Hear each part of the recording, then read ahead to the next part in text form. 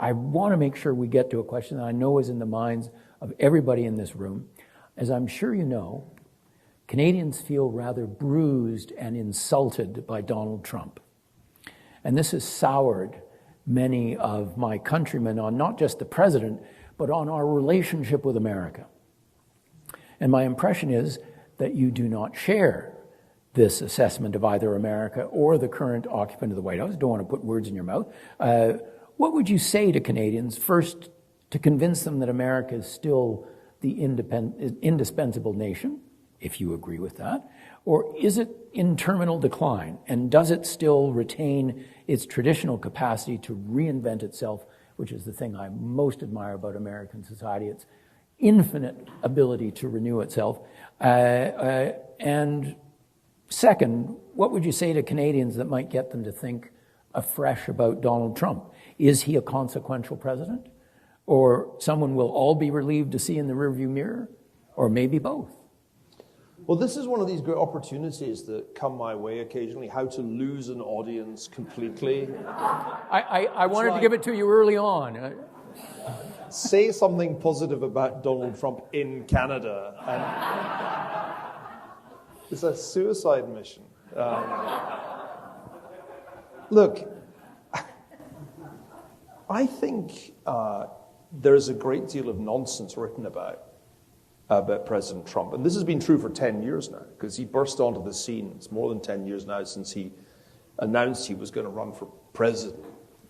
And when people had stopped mocking him and began to realize that this was a serious proposition, a series of wild analogies began to be published regularly in the US liberal media, as well as in Europe and in Canada. And the analogies were with Hitler, with Mussolini, or with Roman emperors, the Julius Caesar, Augustus analogies. And I have spent a decade saying how absurd these analogies are and unnecessary. They're superfluous. They're category errors. It's a category error to draw a comparison between the United States in our time and Germany in the 1920s and 1930s. It's just a fundamental misreading of history. Donald Trump is a very United States figure. He comes out of an American tradition. You can see the influences from the 19th century and the 1970s in Trump. The way I try to explain this to skeptical British and European audiences is he's like a combination of Andrew Jackson, William McKinley, P.T. Barnum, and Richard Nixon. If you imagine all of those distinctly American figures combined into one person, you have Donald Trump. So the first thing to understand is he's quintessentially a product of the American populist tradition, and he's only puzzling if you don't know any 19th century American history. If you don't know any 19th century US history, good luck. But if you know some, you'll know that tariffs were central to American politics in the 19th century. You'll know that the debates on immigration produced restrictive acts beginning in 1882 to limit immigration into the United States. You will know that cheap money and skepticism about central banks was rooted in that populist tradition. You'll see how very, very American he is. And we don't need to invoke fascists or Roman emperors to understand him. It's just superfluous. The next thing you have to understand is that you couldn't go on the way the United States was going on in the period from around 2000. It was unsustainable in at least two ways. Number one, the decision to admit China into the World Trade Organization was a disaster for every American except the 0.1% who massively profited from what I call Chimerica. The median household saw its income in the United States stagnate. It did not move from 1999 until 2016, flatlined. That wasn't sustainable. Nor was it sustainable for the United States to deploy armies to places as far afield and intractable as Iraq and Afghanistan for what seemed like indefinite periods of time. These two things, globalization and the neoconservative vision of foreign policy, were broken and no longer economically or politically viable by the year 2016. The only surprising thing to me when I moved to the United States, which was way back in 2002, was the lack of protectionist candidates in American politics. I kept asking my colleagues at NYU and then at Harvard, where are the protectionists? It's like, this is like a no-brainer. There were none, because the Republicans and Democrats had decided that Chimerica was win-win. Except the only people who weren't winning were American voters. It took Donald Trump to challenge the consensus on globalization, to challenge the consensus on immigration, which was essentially let them all come, to challenge the consensus on foreign policy.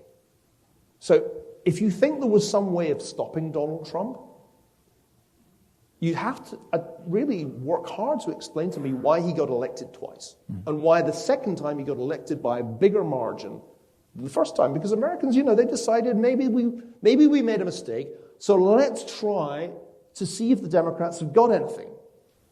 We'll give them another chance. So they did, and we had the Biden-Harris autopen presidency, which proceeded to fail in every respect. Economically, inflation hit 9%. On migration, they had an open borders policy. 2.3 million people a year entered the United States, mostly illegally, on Joe Biden's watch. And foreign policy was like a sort of sequence of failures of deterrence of extraordinary incompetence. Afghanistan, then the failure to deter Putin, then the failure to deter Iran that produced October 7th. And so American voters, not unreasonably, given the choice between more of that with Kamala Harris or a second Trump term, voted for Trump. So this is not so surprising. Did Canada feature in American thinking in any of this? No. Nobody thought about Canada anymore. You shock me. I know. I'm the bearer of bad news. But nor did anybody in England give a damn about what the Scots thought in 2016 when they voted overwhelmingly for Brexit. Scots didn't. Scots voted to stay in the EU. But you matter as much to Americans as we Scots matter to the English, which is not much. Not much. So the only moment when Canada mattered, really in the last 10 years, was when Justin Trudeau went to Mar-a-Lago to see Donald Trump, and Trump trolled him at dinner. Why did you could be the governor? Let me do this to you. You could be the governor. My tie's not quite long enough. And your socks are the wrong color. You could be the governor of the 51st state, Justin. How about that? And Trudeau is like completely falls right into the trap. Everybody's laughing because it's obviously a joke, but he kind of falls into the trap, and then you all fall into the trap. And Trump, who has an unerring instinct for human weakness, it's like his superpower is he can tell the weakness of the counterpart. It's like, I have got them, so I'm just going to pile on. I'm going to make this 51st state thing seem like I mean it. And you take the bait. And then, of course, because he's Trump, he doesn't think about the second-order consequences of what he's doing. Because I don't think anybody in Mar-a-Lago is like thinking, this could have an effect on the Canadian election. Has anybody run this past Pierre Poilievre? No. Nobody had run it past anybody. The whole thing was completely impromptu. And you end up with Mark Carney as Prime Minister, because the only law of history is the law of unintended consequences. That is what happened. Americans got what they wanted, which was to end all the pathologies that I described to you. And you ended up with Mark Carney as Prime Minister. Funny world, isn't it? Okay, let's move on from Donald Trump, although I'm sure we'll come back to him. I'm sure we'll come back to him because he's rather unavoidable. You can't these get days. away from him. Yeah. I think we did quite well not to mention him in the first question.